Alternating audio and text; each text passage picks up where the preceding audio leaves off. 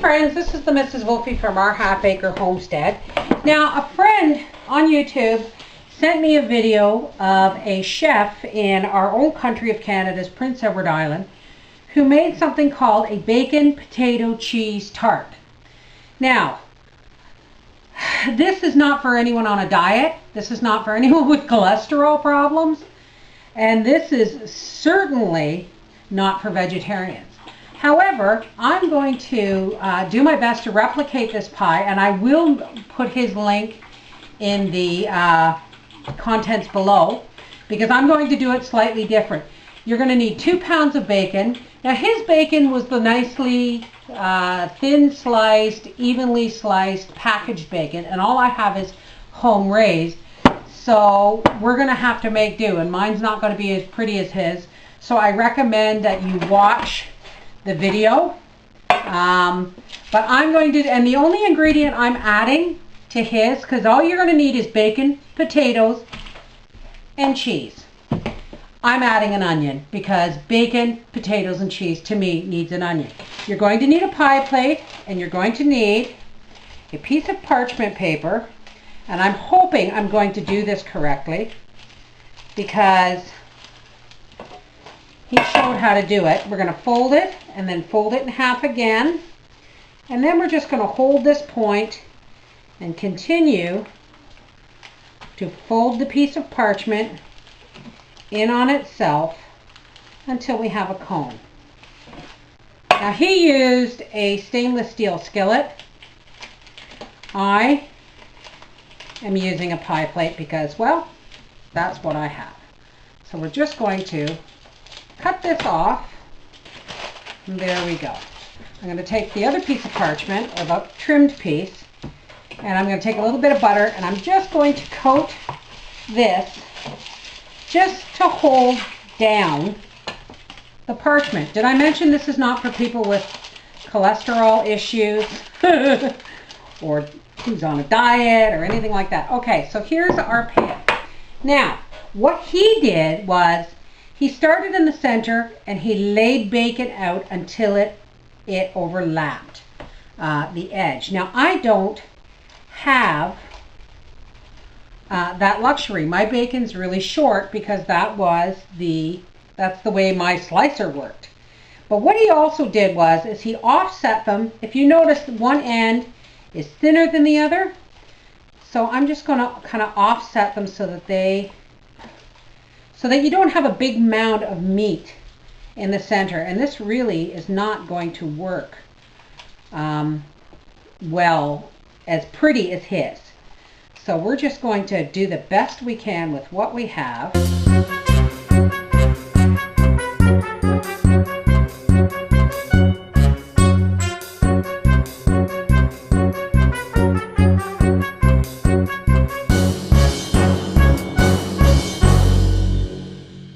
Now what we're doing, we are going to just slice potatoes. Now you don't have to slice them, you can chunk them any way you want, but this is going to be as pretty a version as I can make it. There we go. Okay, and all we're doing is we're putting a layer of sliced potato all around the bottom of your bacon. Now, as each layer, we're going to layer this, and as each layer goes up, we're going to move it in a little bit so that it mounds up like a pie. Well, it is a pie, but, and then we're going to sprinkle, oops, got a hole there, can't have a hole. Then we're going to sprinkle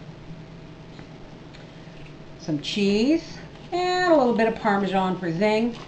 And the only seasoning, because there's a lot of salt in the cheese and the bacon, the only seasoning we're going to use is a little bit of fresh ground black pepper. And now I'm going to start putting my onion in here.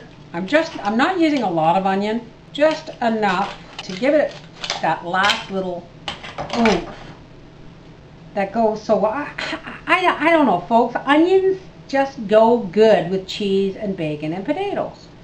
So sorry, chef, I'm using onion, just a little bit. Now we're just going to do another layer of potatoes.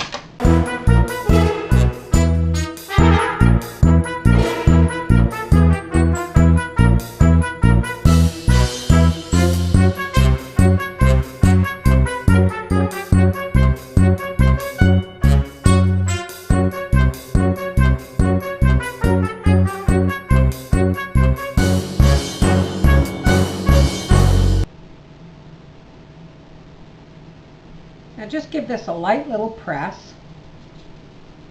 Another sprinkle of cheese. Now, we're going to start. Now this is where the long sliced packaged bacon does really well, and it makes it beautiful. We're going to start to fold the bacon up. I don't like that piece. Let's see if we can find another nice piece. We'll just tuck that in under. There we go. We're going to start to fold this up, and essentially the bacon becomes the crust.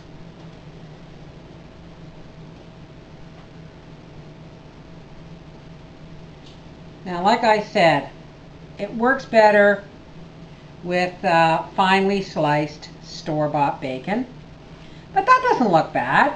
And any holes, I'm just going to take and I'm going to fold back one of the shorter pieces, and I'll just do that.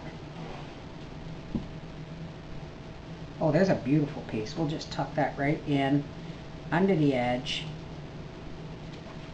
Okay. See any cheese sticking out? We just want to make sure that our bacon potato cheese tart is going to hold its shape.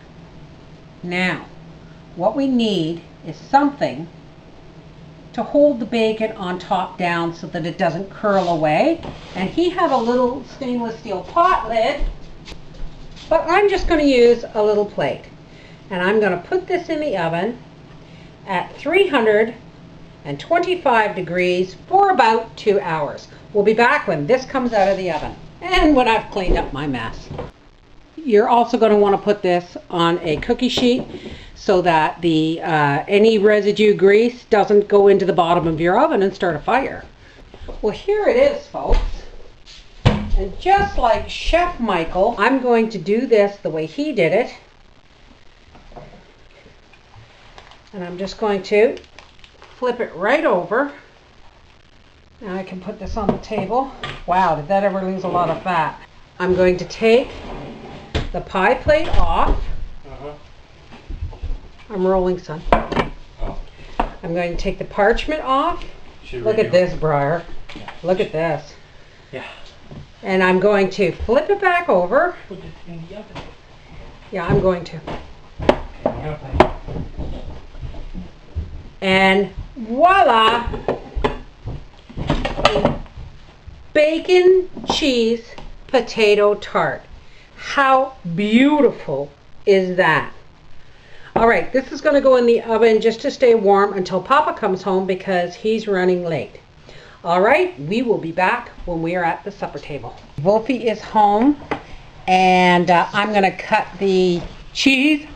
No, I'm going to cut the dinner, and we're going to see. This recipe was invented by a Canadian chef in Prince Edward Island by the name of Michael Smith. Who's a genius. He's an absolute genius, absolutely.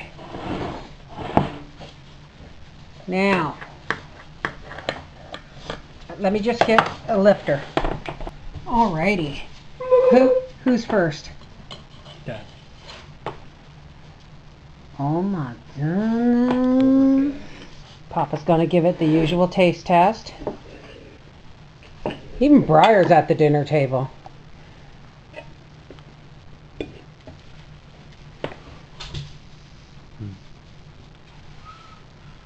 Oh, come on, don't keep us in suspense. He's actually taking another bite before he even... Very good. Why? Because everything's better with bacon. Bye.